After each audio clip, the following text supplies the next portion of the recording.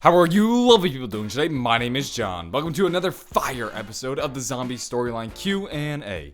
In this series, I take your questions about the zombie storyline and I answer them. Whether it be a big, a small, or a simple question, I'm more than happy to answer it. So go ahead, leave your questions down below. Maybe I'll see it and maybe I'll answer it. You may even be in the next episode if you want. There are two ways to submit your questions. The first way is to tweet me at JohnnyJ25. I'm always going through my Twitter and it's one of the best ways to get in touch with me. Another thing you can do is leave them down in the comments below. I go through all the comments and I guarantee your question will get seen. Without further ado though, let's get rocking and rolling with the episode. Ladies and gentlemen, we're going to kick off this great episode with a question from Francisco Velhote, who asks, why are the exo-zombies' eyes red? So as I'm sure you do realize, all the exo-zombies' eyes are a different color, but these eye colors don't tell us the same thing that they have in previous Call of Duties. In the Treyarch Call of Duty zombies, the traditional zombies that we've known for years, the zombies' eyes tell us who's control. When the zombies' eyes are red, it means that some being that we don't understand is in control, most likely the devil. When the zombies' eyes are blue, Richtofen's in control. When the zombies' eyes are yellow, Samantha or Dr. Maxis is in control.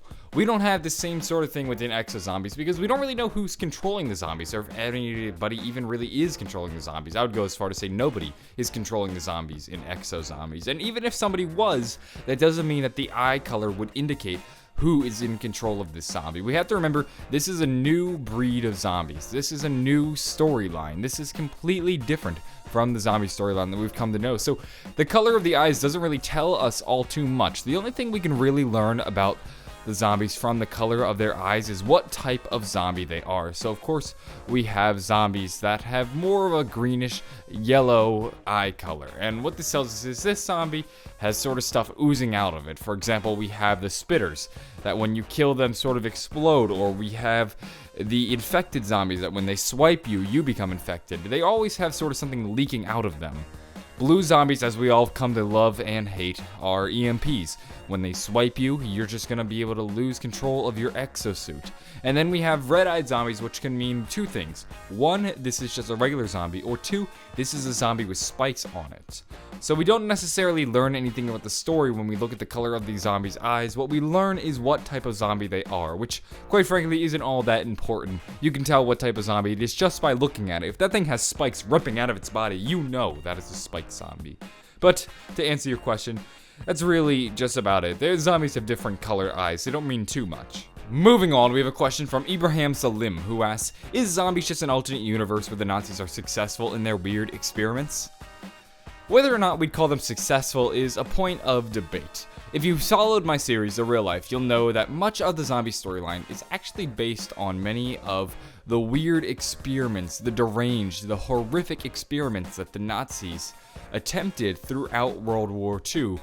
Many of these conspiracy theories that don't really have much backing, but provide a very interesting and creepy story. And this is the entire lore. This is what the entire lore is based around. The ideas and the theories and the thoughts of these deranged men, and what if their ideas were actually real. So this is where we get stuff like the Wunderwaffe, or the Bell, which we see in-game as the teleporter. So in-game, they were technically successful at completing their experiments. However, things grew out of control, and what happened was the zombie apocalypse. Had they not been, sort of say, successful, then we wouldn't have had this apocalypse, and I suppose you can argue we'd be living in the world that we live in today. However, in this world, of course, zombies aren't real and don't exist. That's the thing. We're entering a great and vast world of science fiction where anything is possible, and you have to keep that in mind when you're discussing things in the zombie storyline. But I suppose this is a universe where their experiments were true, but whether or not they're successful is up to you to decide. Moving on, we have a question from Kyle Berg, who asks, what is the story behind the Hell's Retriever? Does it have a story, or is it just something Treyarch decided to add? When I first heard this question, this got me to do some research, and I looked around and I thought, alright, whenever we get the Hell's Retriever, we get it for defeating Cerberus. Maybe there's something in Greek mythology that links Cerberus to a reward. And then I found the story of Hercules defeating Cerberus, and when he defeated Cerberus, he didn't necessarily get a reward in the same sense that we would get a reward for defeating Cerberus. So I was looking around, and then I started to look up tomahawks and things like the Hell's Retriever. I tried to get really literal, and I couldn't find anything, which made me think, alright, if Treyarch didn't use Greek mythology to come up with the Hell's Retriever, then this was probably just some kind of game mechanic or game feature that they came up on their own. And if you're wondering why I decided to look around in Greek mythology, it's because the map Mob of the Dead is littered with Greek mythology. You'll notice references to Icarus throughout the map. We of course have Cerberus poking its head out of the wall. Greek mythology is written all over the walls. It is a huge theme and inspiration throughout Mob of the Dead. And the fact that the Hell's Retriever does not have any links sort of gives us this idea that it probably was just a cool feature that they decided to add into the game. And let's be honest, who doesn't love the Hell's Redeemer and the Hell's Retriever? It's some of my favorite parts of Mob of the Dead. Now, when we listen to the name does tell us something about it. It tells us that we're in hell. It's the first and only direct reference to hell, and it's one of the main reasons we know we're in hell.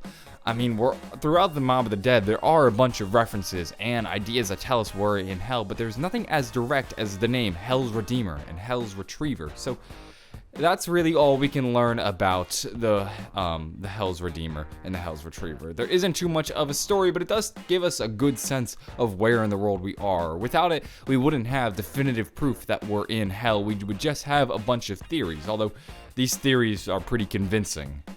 Anyway, that's about it for this week's episode of the Zombie Storyline Q&A. If you enjoyed the video, maybe give it a like, possibly subscribe. I upload multiple episodes of the Zombie Storyline Q&A every week, and if you like this one, I'm sure you'll love the next one. If you want, there are two ways you can submit your questions. The first way, leave it down in the comments below. I go through all the comments, and I guarantee your question will get seen. Or you can tweet me at JohnnyJ25, one of the best ways to get in touch with me. Anyway, I'm going to go. Have a wonderful day, and bye.